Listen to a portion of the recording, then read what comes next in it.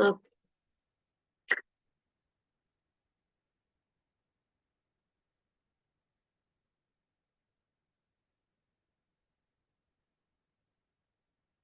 அனைவருக்கும் வணக்கம் பிள்ளைகள். நாங்கள் இன்றைக்கு தரம் 6 மாணவர்களுக்கான எமது சூழலில் உள்ளவை தொடர்பான அலகு படிச்சு கொண்டிருக்கிறோம். அலகு 2வது அலகு. இப்ப நாங்க அதுல முதலாவதாக பார்த்த விஷயம் சடப்பொருட்கள். சடப்பொருட்கள் என்று சொன்னால் அதற்கு ஒரு திணிவு இருக்கும் என்று சொன்னான். அதாவது அதுக்கு ஒரு வெயிட் இருக்கும். இறுதியாக வகுப்பில பார்த்த விஷயம் சடப்பொருட்களுக்கு திணிவு இருக்கும். திணிவு என்று நான் சொல்றது வெயிட். ஒரு சடப்பொருளுக்கு திணிவு இருக்கும். அதை வைக்கிறதுக்கு ஒரு இடமும் தேவைப்படும். திணிவும் இருக்கும்,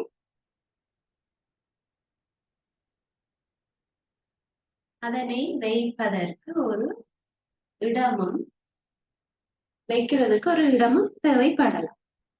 ஆனால் சக்தி என்று அழைக்கப்படுபவை, அதாவது இப்ப நாங்க சூரிய சக்தி, மின் சக்தி, வெப்ப சக்தி, காற்று சக்தி, இப்படி சக்தி என்று அழைக்கப்படுபவைக்கு திணிவும் இருக்காது, அதனை வைப்பதற்குரிய இடமும் இருக்காது. உதாரணமாக சூரிய சக்தி. சூரிய சக்தியினை வைப்பதற்கு எங்களுக்கு இடம் தேவைப்படாது. அது போல சக்திக்கு திணிவு என்று நாங்க கதைக்க இயலாது. திணிவு என்பது ஒரு கிராமிலேயோ கிலோகிராமிலேயோ நாங்க சக்தியை கூற இயலாது. ஆனா நாங்க சில பொருட்களுக்கு கிராமிலேயோ அல்லது அதை விட குறைவாக மில்லி கிராமிலேயோ அளந்து கூற முடியும். சரியா? அப்ப நாங்க சட பொருட்களுக்குரிய உதாரணம் என்று பார்த்தா, நீங்க கண்ணால இதுல பாக்குறது, வீட்டுல சரி, பாடசாலையில சரி, இந்த சூழல்ல பாக்குறது நிறைய பொருட்கள் சட பொருளாகத்தான் இருக்கு. அதாவது புத்தகம், மேசை, கல், கண்ணாடி, வாகனங்கள், பாடசாலை உபகரணங்கள், சமையலுக்கு பயன்படும் உபகரணங்கள், சரியா, நிறைய உபகரணங்கள்ல இருந்து நாங்க இந்த பார்க்கிற அல்லது வைக்கக்கூடிய இடம் தேவைப்படுகிற சகல பொருட்களும் அடங்கும். உதாரணமாக பேனை, பென்சில், கொப்பி, புத்தகம், வேற என்ன, டிவி, கதிரை, மேசை, இதெல்லாம் சட பொருளாக சொல்லலாம். சக்திகளுக்கு உதாரணமாக மின்சக்தி,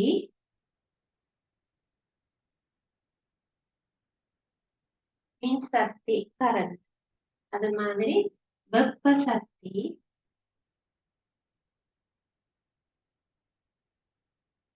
வெப்பம், அது ஒரு எனர்ஜி சக்தியாக இருக்கிறது. அதை எங்களால என்ன பிடிச்சு வைக்க இயலாது. அதே போல அதுக்கு வெயிட்டும் இல்லை. ஒளி சக்தி, light,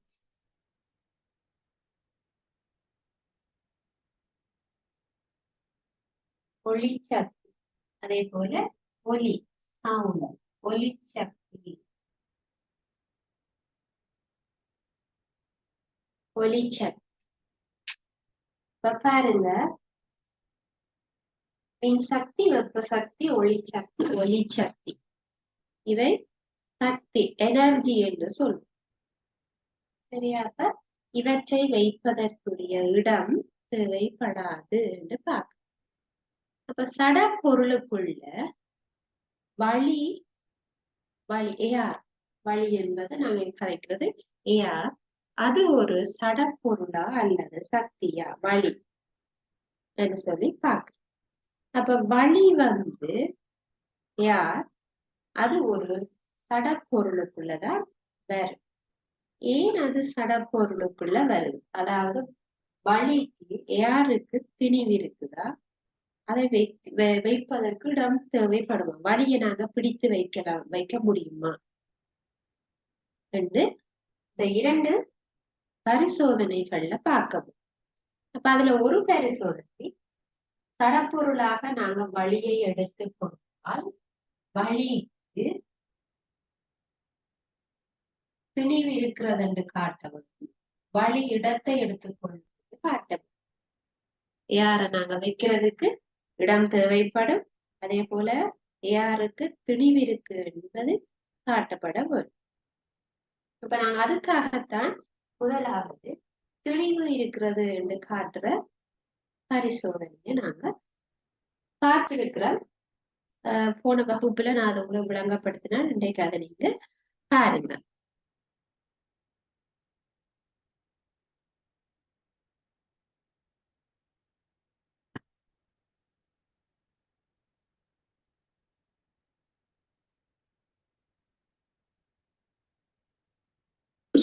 I have my hands full here because our big idea is quite interesting. The big idea is that air is matter and air has weight. Science tells us that air is matter and air has weight. So how do I show you that? Welcome to my scale. I have a neat balance here that almost is balanced. Hey, it's working pretty good. I have 2 balloons and I want to show you that air has weight, so I put air into them. So what I'm going to do is I'm going to remove the air from one of these balloons. We're going to go with this one right here. So if I take the air out of this balloon and this balloon still has air, it should be heavier. Let's see if we can get this to work. Okay, I've removed the air. It's slowly leaving the balloon. Whoa, it's swirling because I get a force pushing on my scale. I'm going to stabilize it just a little bit and watch the science happen. Wait a second. It's spinning. I'm going to stop the spinning. Oh, look. This is heavier. Why? There's air in it. There's no air in this. Air, no air. Air actually has weight. It's heavy. Science is cool. Thanks for watching.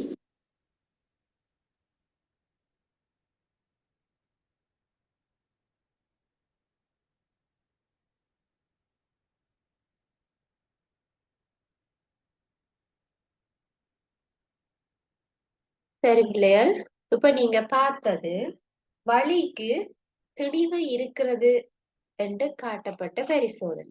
அதுக்காக என்ன செய்திருக்கிறார் அவர்? ஒரு metre கோல்ல 2 balloon கட்டி விட்டிருக்கிறார்.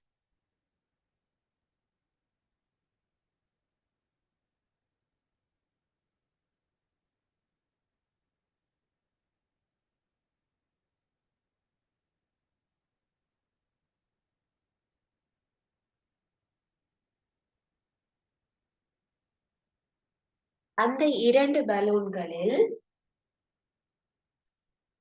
ஒன்றை நாங்கள்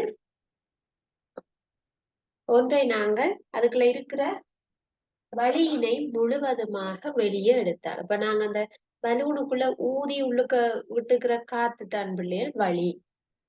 உள்ளுக்குள்ள இந்த 2 கையும் உள்ளுக்க இருக்கிறது தான் வழி. அப்ப 2 கையுமே உள்ளுக்க வழிய நிரப்பி நாங்க கட்டி விட்டிருந்த கோல், இந்த மீட்டர் கோல் சமனாக இருக்கும். இப்படி 2ம் சமனாக இருக்கும். அதாவது ஒரே அளவு பலூன் இருக்க வேண்டும். ஒரே அளவுல ஊதி இருந்தா இப்படி சமனாக இருக்கிறத பார்க்க முடியும். நீங்க ஏதாவது ஒரு பலூனுக்கு இருக்கிற காற்றை மட்டும் வெளியெடுத்தால்,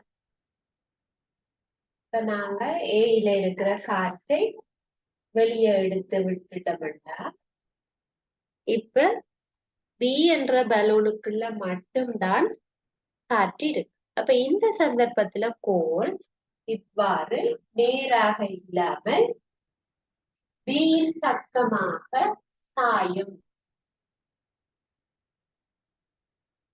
நீங்கள் அத அந்த பரிசோதனை செய்யப்பட்ட வீடியோவிலே பார்த்திருப்பீங்கள். எந்த பக்கம் பலூன் பெரிதாக இருக்கிறதோ அந்த பக்கமாக பலூன் சாயும்.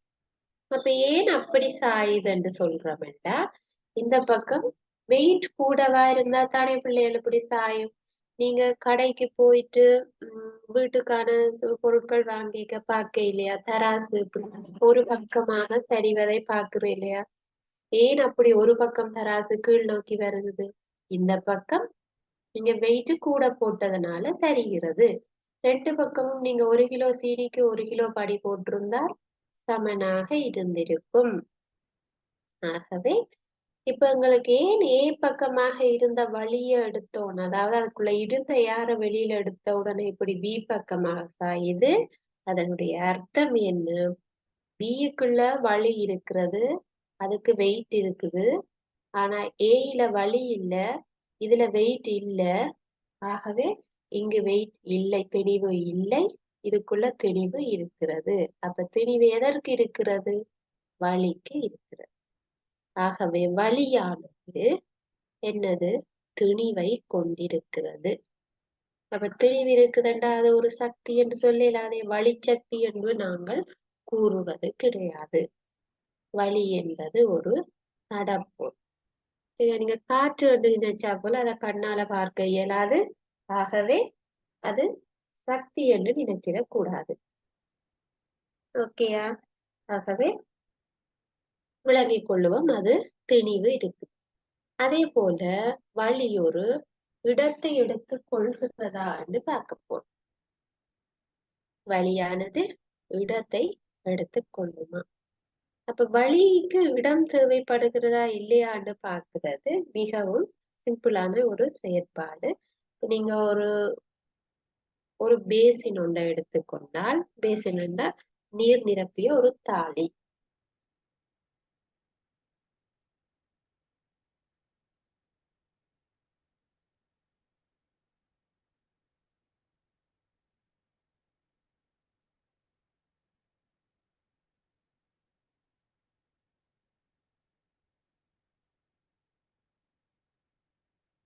ஒரு பாத்திரம் ஒன்றை எடுத்து அதற்குள்ள நீரை நிரப்பிக் கொள்ளும்.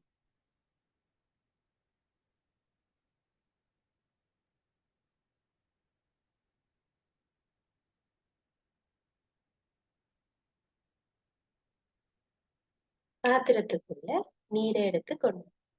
இப்ப ஒரு கண்ணாடி கிளாஸ் ஒன்று எடுத்து அதுக்குள்ள ஒரு பேப்பரை துண்டோண்டா கசக்கிட்டு உள்ளுக்கு வைங்க, அல்லது ஒரு கைக்குட்டை ஒன்றை கசக்கிட்டு அந்த அந்த கண்ணாடி குவளைக்கு உள்ளுக்க வைக்கக்கூடிய அளவுக்கு வைங்க. ஃபுல்லா வச்சு அடையிறது இல்ல, ஒரு கொஞ்சம் பாருங்க.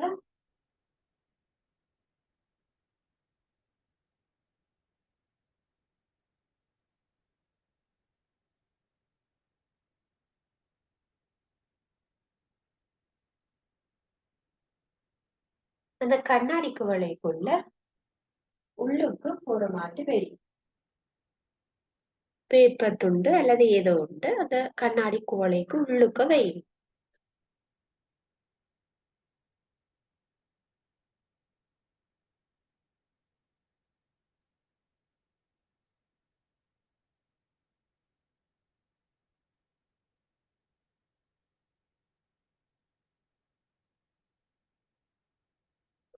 பாக்குறோம், கண்ணாடி குவளைக்குள்ள கைக்குட்டை அல்லது டிஷ்யூ ஏதோ ஒண்ணு நீங்க பேப்பர் உள்ளுக்கு வச்சிருக்கிறீங்க. இப்ப நீங்க என்ன செய்ய வேணும்னா, அந்த ஈரம் இல்லாத டிஷ்யூ அல்லது ஈரம் இல்லாத கைக்குட்டை இதுக்குள்ள கண்ணாடி குவளைக்குள்ள நீங்க வச்சிருக்கிறீர்கள். இப்ப அத நிலைக்குத்தாக நிலைக்குத்தாக என்று சொன்னா சரிக்காம இதை இந்த கண்ணாடி குவளைய இவ்வாறு நிலைக்குத்தாக நேராக உள்ளுக்குள்ள வைக்கணும். இதுக்குள்ள இந்த நீர் கொண்ட தாளி சரியா, இதுக்குள்ள இவ்வாறு நேராக உள்ளுக்குள்ள வைக்கவும். இப்படி சரிச்சு சரியா, இப்படி சரிவாகவோ அல்லது காற்று உள்ளுக்க போற மாதிரியோ வைக்காம நேரடியாக உள்ளுக்க வைக்க வேண்டும்.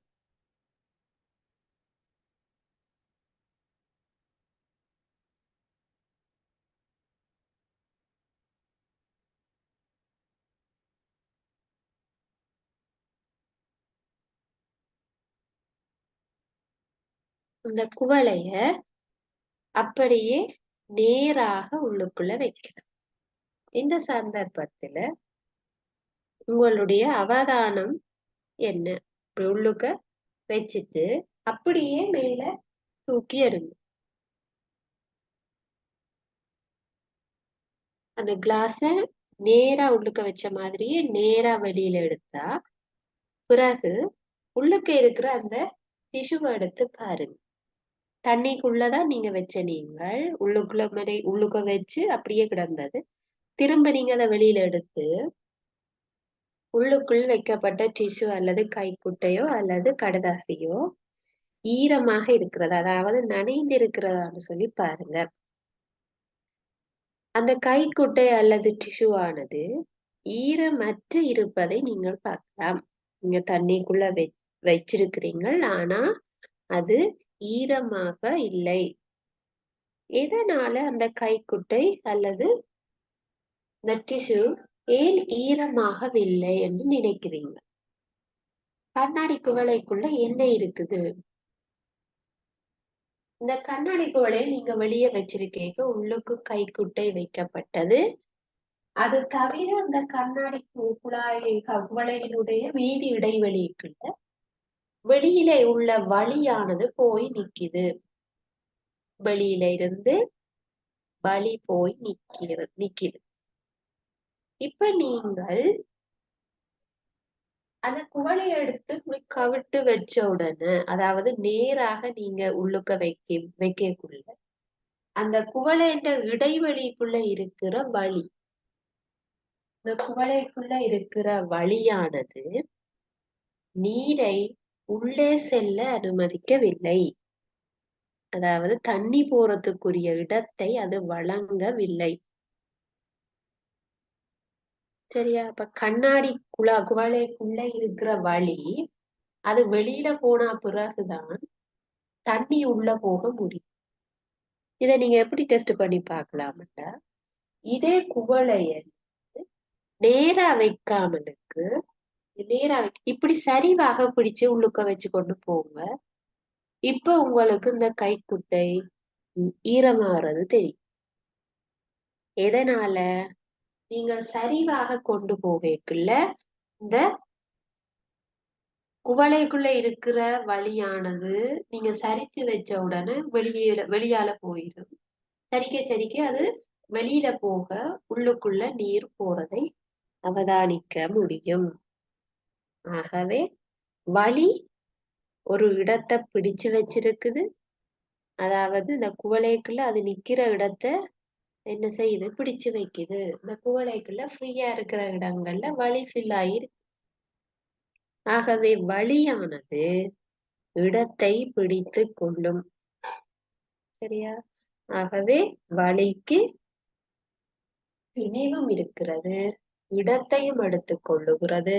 ஆகவே வழியானது ஒரு சடப்பொருள் என்பதை முடிவு செய்யலாம். வழி என்பது ஒரு சடப்பொருள். சரியாகவே சடப்பொருளுக்கும் சக்திக்கும் வித்தியாசம் உங்களுக்கு தெரிந்திருக்க வேண்டும். அப்ப சக்தி என்றால் என்ன? அது திணிவை கொண்டிடாதவை, வெளியில் இடத்தை கொள்ளாதவை.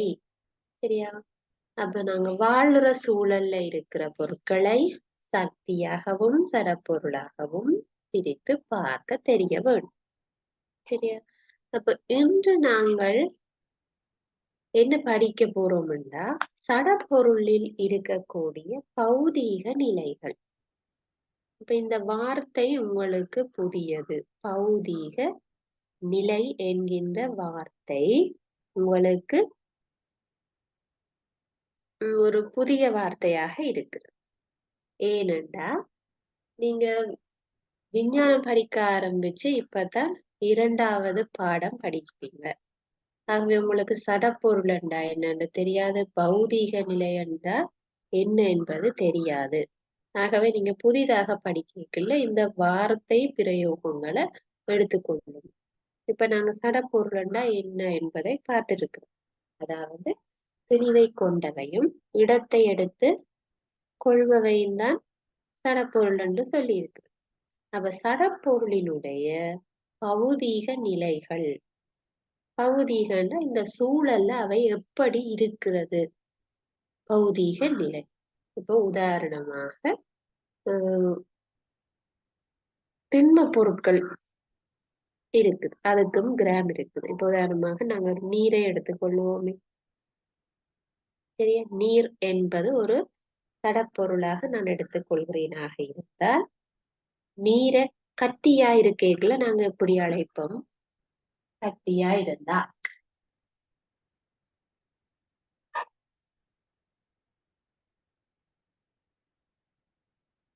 ஐஸ் கட்டி என்று சொல்லுவோம். சரி, அல்லது பனிக்கட்டி. அதாவது நீர் தான், அது உறைந்த நிலையில இருக்கு. உறைந்தன்னா திண்மமாக, சரியா, சாலிடாக இருக்கு, உறைந்ததாக இருக்கிறது திண்ம நிலை. நீர்தான் அது என்ன வடிவத்தில் இருக்கிறது பார்க்கவும். திண்மம் என்கின்ற ஒரு பௌதீக நிலையில இருக்கிறது. அதுவே நீங்கள் குடிக்கிற தண்ணி, வாட்டரா இருந்தா எப்படி இருக்கும்? லிக்விட் ஃபார்ம்ல இருக்கும் பிள்ளைகள், அதாவது திரவமாக இருக்கும். நீங்க பனிக்கட்டியவா தண்ணியோட குடிக்கிற நீங்க நீரை குடிப்பீங்களா? லிக்விடா இருக்கிற நீரைத்தான் குடிப்பீங்க. ஆகவே அது உங்களுக்கு திரவம் என்கிற நிலையில இருக்கிறது. உங்களுக்கு உதாரணமாக நான் சொல்றேன், இந்த பௌதீக நிலைக்கு உதாரணம். சரியா?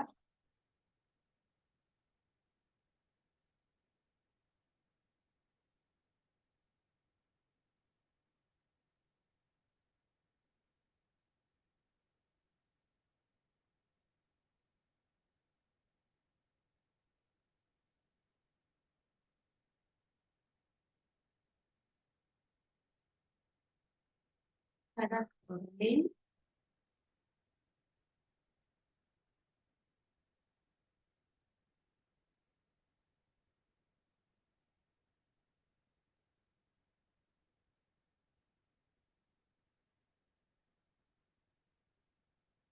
கடற்பொருளின் பௌதீக நிலை. பாருங்க, கடற்பொருட்கள் திண்மமாக இருந்தால், அதாவது நான் உதாரணம் சொல்றது ஒரு பனிக்கட்டி அல்லது ஐஸ் கட்டிகள், அது எப்படி இருக்குது? solid என்ற வடிவத்தில் இருக்கிறதாவது திண்மமாக இருக்கு. அதே போல அது ஒரு குடிக்கிற தண்ணியாக இருந்தால் உங்களுக்கு அது லிக்விடாக இருக்கு, திரவம்.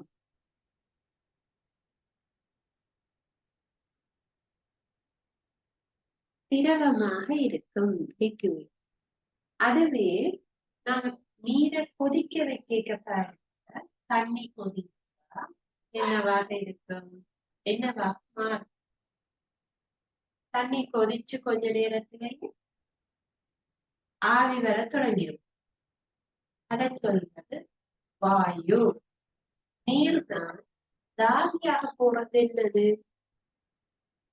தண்ணியத்தான் கொதிக்க வச்ச நாங்க, தண்ணி கொதிச்சு இந்த மேலால வர ஆவி என்னது? அந்த நீர், அந்த திரவம் வாயுவாக மாறி வெளியில போகுதுன்னு அர்த்தம். இந்த வடிவங்கள் இருக்குதானே, திண்மம், திரவம், வாயு, இதுதான் பௌதீக நிலை.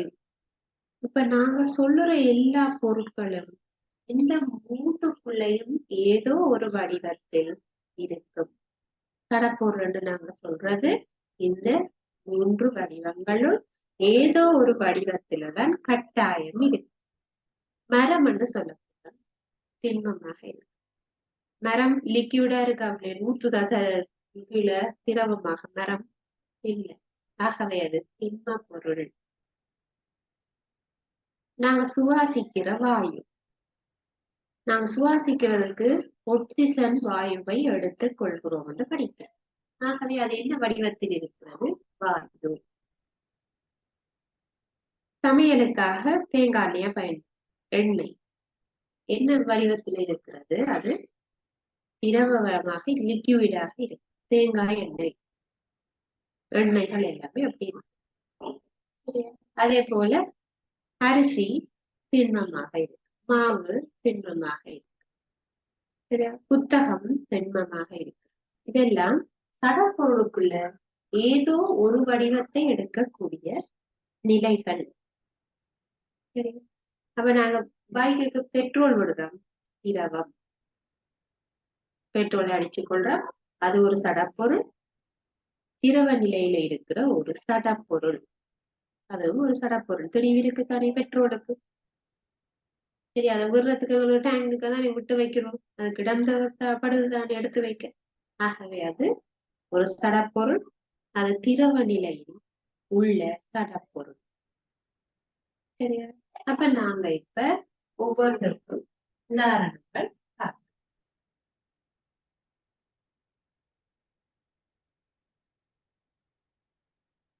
ஒவ்வொன்றுக்கும் உரிய உதாரணங்கள். அப்ப திண்ம நிலையில் உள்ள சடப்பொருட்கள் என்ன? ஒன்று பார்ப்போம். புத்தகம்,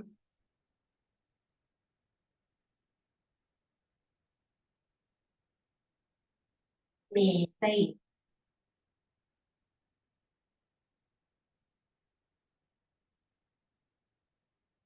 பென்சில்,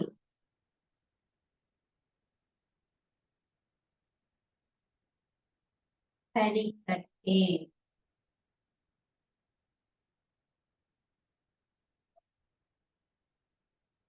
உங்களுக்கு விருப்பம் என்றால் நீங்கள் இந்த அட்டவணைய போட்டு வைக்கலாம். நான் தனித்தனியா கேள்வியும் தருவேன். இந்த படங்களுக்கு இருக்க தேவையில்ல, இந்த அட்டவணையை போடும். திண்மம், திரவம், வாயு, அதை 3 பெட்டியா பிரிக்கிற ஒவ்வொன்றுக்குரிய உதாரணங்கள் போடும். இந்த அட்டவணையை போடுங்க. திண்மங்கள், திரவங்கள், வாயுக்கள்.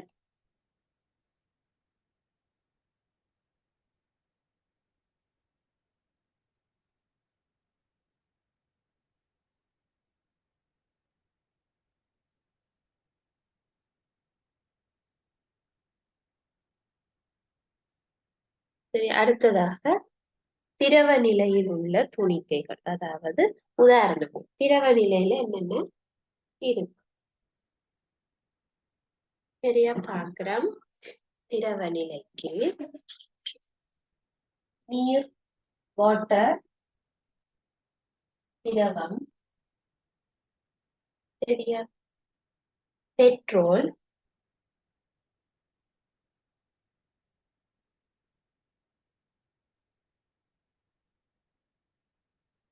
சரியா? அதே மாதிரி தேங்காய் எண்ணெய், வேற டீசல்,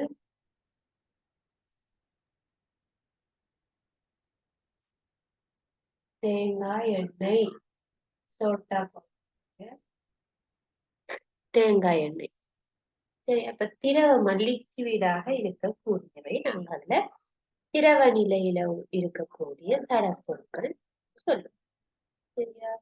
அதே போல வாயுவாக இருப்பவை. சரியா? வாயுவாக என்ன இருக்கு? அவங்களுக்கு சுவாசிக்கிற வாயு, ஆக்சிஜன் கேஸ் இருக்கு. ஆக்சிஜன் வாயு.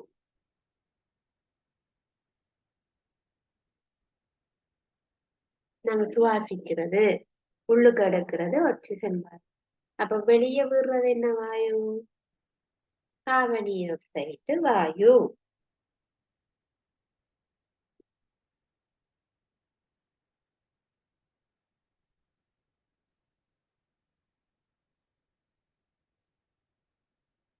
கார்பன் டை ஆக்சைடு வாயு, அதை நாங்க வெளியேற்றுறோம். சரி, அதே போல திரவ பெட்ரோலிய வாயு, திரவ பெட்ரோலிய வாயு.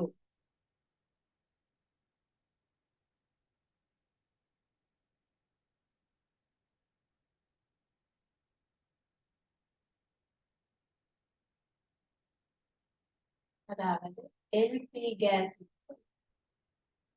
Liquid petroleum gas, LP gas சொல்லுவோம் இல்லையா? அதை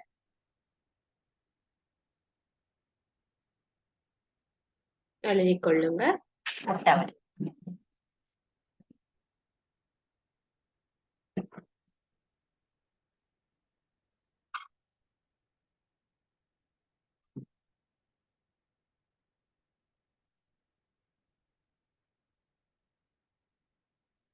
சரி, இப்ப நாங்கள் அடுத்ததாக சடப்பொருளினுடைய இயல்புகள் தொடர்பாக பார்ப்போம். இயல்பு எப்படி இருக்கு, அதாவது திண்மமாக இருக்கிறது எப்படி கண்டுபிடிக்கிறது, எதனால இதை நாங்க திண்ம சடப்பொருள் என்று சொல்றோம். திண்மமாக இருந்தா இப்ப நான் புத்தகம், மேசை, பென்சில், பட்டி என்று சொல்றது, இது எல்லாத்தின் பொதுவான இயல்பு என்ன? பொதுவாக எல்லாமே எப்படி இருக்கிறது, ஒரு திட்டமான வடிவம் இருக்கு. பாருங்க, நான் ஒரு புத்தகம் என்று சொல்ல போறேன்டா, ஒரு புத்தகத்துக்கு என்ன இருக்கிறது, வடிவம் இருக்கிறது. நான் ஒரு புத்தகம் எடுத்துக்கொள்கிறேன் என்றால் அந்த புத்தகத்துக்கு ஒரு வடிவம் இருக்கு. பாருங்க, இவ்வாறு இதனுடைய வடிவம், இது ஒரு புத்தகம் என்பதை காட்டு. புத்தகங்கள், கொப்பிகள் எல்லாவற்றுக்குமே ஒரு வடிவம் காணப்படுகிறது. சரியா? அதே மாதிரி ஒரு கனவளவு இருக்கு. சரியா? கனவளவுண்டா நீளம் தர அகலம் தர உயரம் இப்படின்னு சொல்ல. சரியா? அப்ப நீங்க அத கணிதத்துல படிச்சிருப்பீங்க, கனவளவுகள் தொடர்பு. இது எல்லாத்துக்குமே திண்மமாக இருப்பவற்றுக்கு கனவளவு என்கின்ற ஒரு விஷயம் இருக்கு. இப்ப நாங்க திணிவு இருக்குன்னு சொல்றோம் தானே, அது போல இதுகளுக்கு ஒரு வடிவமும் இருக்கு, கனவளவும் காணப்படுகிறது. அப்ப திண்ம சடப்பொருளுக்குரிய இயல்புகள் தான் இப்ப பார்க்க. திண்ம சடப்பொருளுக்கு என்ன இயல்பு இருக்குன்னா, இவற்றுக்கு ஒரு திட்டமான வடிவம், அது மாறாது, அதுக்கு ஒரு வடிவம் கட்டாயம் இருக்கு. சரியா? ஆனா இப்ப பாருங்க, திரவத்துக்கு, நீருக்கு ஒரு வடிவம் என்று நாங்க சொல்லலாம். நாங்க எந்த பாத்திரத்துல ஊத்தி வைக்கிறோமோ அந்த வடிவத்துலதான் அது இருக்க போகுது. சரியா? அப்ப அதுக்குரிய இயல்புகளை நாங்க பரிசோதனை செய்து பார்க்க வேண்டும். சரியா? அப்ப பாருங்க, திண்ம சடப்பொருளின் இயல்புகள் எவை சொல்லி கேட்கிறேன். அதுக்கு பார்க்கிற திட்டமான வடிவம் ஒன்றை,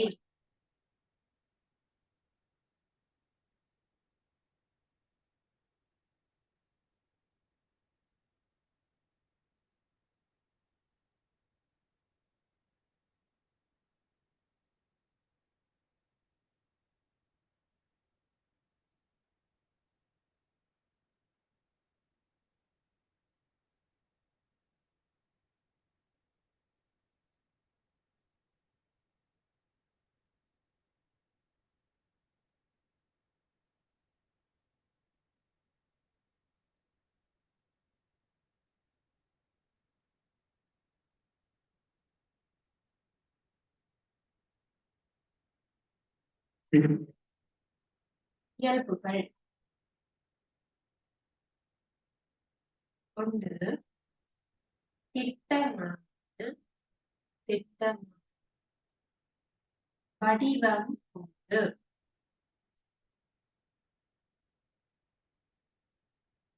ஒரு வடிவம் இருக்கும் கட்டாயம் அந்த பொருளுக்கு. அதே போல திட்டமான, எழுதிக்கொள்ளுங்க, திண்ம சடப்பொருளின் இயல்புகள் ஒன்று திட்டமான வடிவம் உண்டு. கட்டாயம் ஒரு வடிவம் ஒன்று இருக்கும். அதே போல திட்டமான கனவளவும் இருக்கும்.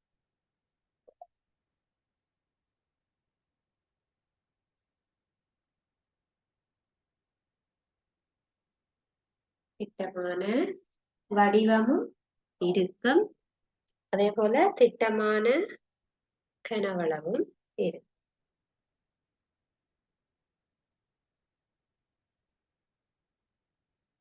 உதாரணமாக ஒரு துடுப்பாட்ட மட்டை, அதாவது பேட்டிங்குக்காக பயன்படுத்த பேட்டுக்கு ஒரு வடிவம் இருக்கு, செங்கல்லண்டா ஒரு வடிவம் இருக்கு, கல்லண்டா கருங்கல்லண்டா அதுக்கு ஒரு வடிவம் ஒன்று இருக்கு, ஏதோ ஒரு வடிவம்.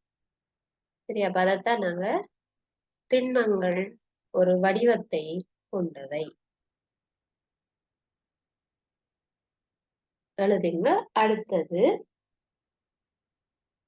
திரவ சடப்பொருளின் இயல்புகள்.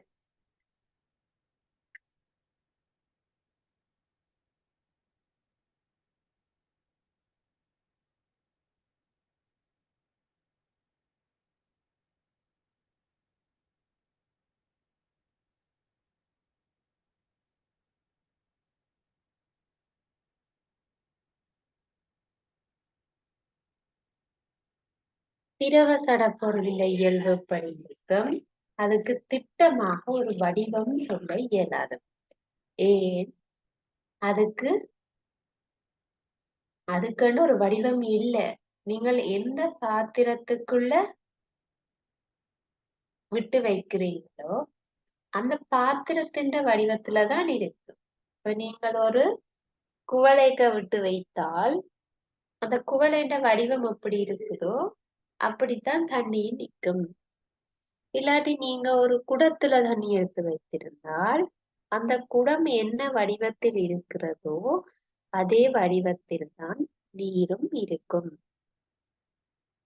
சரியா? அப்ப நீருக்கு என்ன திரவ பொருளுக்கு ஒரு வடிவம் என்று நாங்க சொல்லலாம். அப்ப திட்டமான வடிவத்தை கொண்டிருக்காது. ஆனா அதுக்கு கனவளவு கட்டாயம் இருக்கும். கனவளவு கட்டாயம் இருக்கும். அப்ப வடிவம் இருக்காது. ஆனால் கனவளவு இருக்கும். இந்த திரவசட பொருளுக்கு உதாரணங்கள் என்னென்ன பார்த்தனாங்கள்?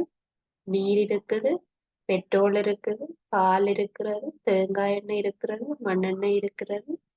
சரியா? அப்ப இந்த மாதிரி திரவ நிலையில லிக்விடா இருக்கிறது எல்லாமே வரும். அப்ப அவற்றுக்கு வடிவம் இல்லை, ஆனால் கனவளவு காணப்படும். எழுதுங்க. திட்டமான வடிவம் இல்லை.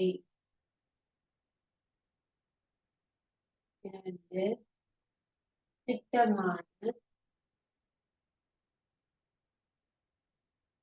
கனவளவு உண்டு.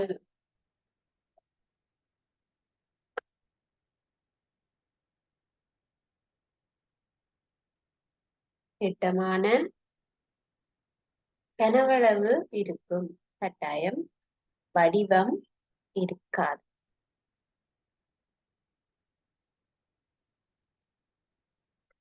சரி, அப்ப நாங்க இன்றைக்கு சடப்பொருட்களினுடைய பௌதீக நிலைகள் தொடர்பாக பார்த்து கொண்டிருக்கிறோம். அப்ப சடப்பொருள் என்னன்னு பார்த்திருந்தோம். வளியொரு ஏஆர் என்பது ஒரு சடப்பொருள் தான் என்று சொல்லி பார்த்திருந்தோம். அதற்குரிய பரிசோதனை. இந்த சடப்பொருள் 3 நிலைகள்ல இருக்கலாம். திண்மமாக இருக்கலாம், திரவமாக இருக்கலாம், வாயுவாக இருக்கலாம் என்று சொல்லி பார்த்துட்டோம். அந்த 3 நிலைகளுக்கு உரிய என்னது இயல்புகள். திண்மமண்டா இப்படி இருக்கும், அதுக்கு ஒரு வடிவம் இருக்கும், ஒரு கனவளவு இருக்கும். திரவ சட பொருள் என்றால் எப்படி இருக்கும், அதற்கு ஒரு கனவளவு இருக்கும், ஆனா வடிவம் இருக்காது. இப்ப வாயு என்ன எப்படி இருக்கும்? கேஸ் என்று சொன்னா அதுக்கு நாங்க வடிவத்தை திட்டமான வடிவமும் என்ன சொல்ல இயலாது, திட்டமான கனவளவையும் சொல்ல இயலாது. திட்டமான வடிவமும் சொல்ல இயலாது, கனவளவுக்கும் சொல்ல இயலாது. எதுக்கு? வாயுக்கள்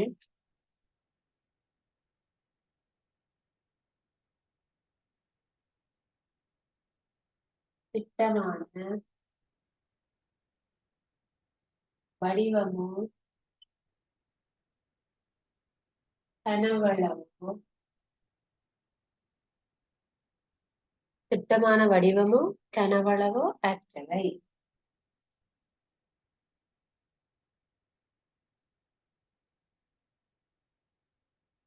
அவற்றுக்கு வடிவமும் இல்லை, அவற்றுக்கு ஒரு கனவளவும் இல்லை. சரியா? ரைட். அப்ப அதுக்கு உதாரணம் என்ன பார்த்தனாங்க? நம்ம சூழ இருக்கிற வளி, ஆக்சிஜன் வாயு, கார்பனீரொக்சைடு வாயு, நீராவி என்பவற்றை குறிப்பிட முடியும். சரியா? அப்ப இன்றைக்கு நாங்க சடப்பொருட்கள் தொடர்பாகவும் திண்மம், திரவம், வாயு அவற்றுக்குரிய இயல்புகள் தொடர்பாகவும் பார்த்திருக்கிறோம். இப்ப இந்த வகுப்பில உங்களுக்கு ஏதாவது சந்தேகம், ஏதாவது டவுட் இருந்தா கேட்கலாம்.